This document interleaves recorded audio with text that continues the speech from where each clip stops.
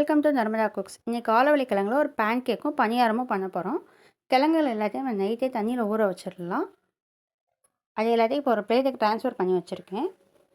கிழங்குகளோட ஓரங்கள் எல்லாத்தையும் நைஃப் வச்சு நல்லா அழுத்தமாக ஒரு கீரல் போடலாம். அந்த தோல் உரிக்க நமக்கு ஈஸியாக வரும். அதுக்கப்புறம் கிழங்குகளோட முன்பக்கம் பின்பக்கமும் லேசாக கட் பண்ணிடலாம். இந்த மாதிரி எல்லா கிழங்குகளையும் நம்ம க்ளீன் பண்ணி வச்சிடலாம்.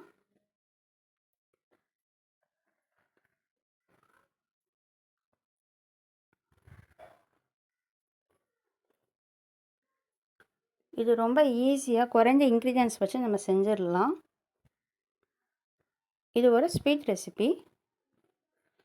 இந்த மாதிரி க்ளீன் பண்ணி வச்ச கிழங்கு எல்லாத்தையும் குட்டி குட்டியாக நறுக்கி மிக்ஸி ஜாரில் போட்டு தண்ணியே சேர்க்காமல் நல்லா அரைச்சிடலாம்.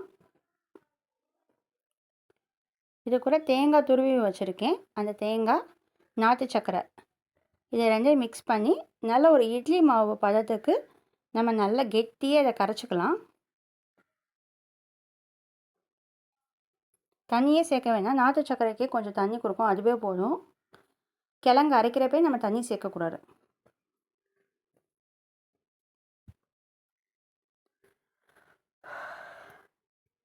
இதை ஊற வைக்கணும்னு தேவையில்ல, உடனே செஞ்சிடலாம். ஒரு பேனில் கொஞ்சமாக நெய் விட்டுட்டு இந்த மாவை அப்படி தோசை மாதிரி லேசாக அப்படி இழுத்து விடணும்.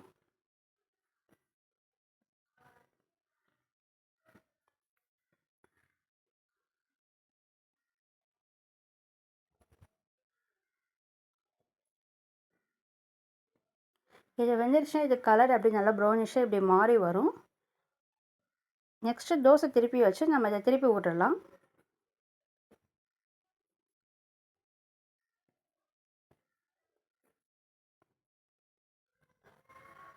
அவ்வளோதான், வெந்துருச்சு. இதை நம்ம பிளேட்டுக்கு ட்ரான்ஸ்ஃபர் பண்ணிடலாம். இதே மாதிரி நம்ம பேன் கேக் எல்லாத்தையும் செஞ்சு ரெடி பண்ணி வச்சிடலாம். இது ரொம்ப குயிக்காக செஞ்சிடலாம், டேஸ்ட்டும் நல்லாயிருக்கும். நெக்ஸ்ட் ஒரு பனியாரக்கல் அடுப்பில் வச்சு அதிலே நெய் ஊற்றிக்கலாம். நம்ம கலந்து வச்ச மாவுகள் எல்லாத்தையும் சேர்த்துடலாம்.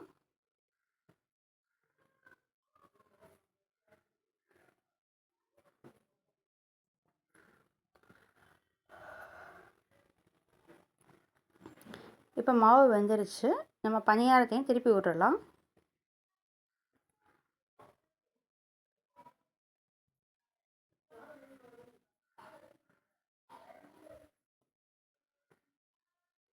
இப்போ எல்லா பனியாரங்களும் வெந்துருச்சு, நம்ம எடுத்துடலாம்.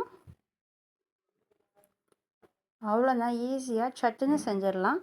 பேன் கேக்கும் பனியாரமும் ரெடி. Thank you all.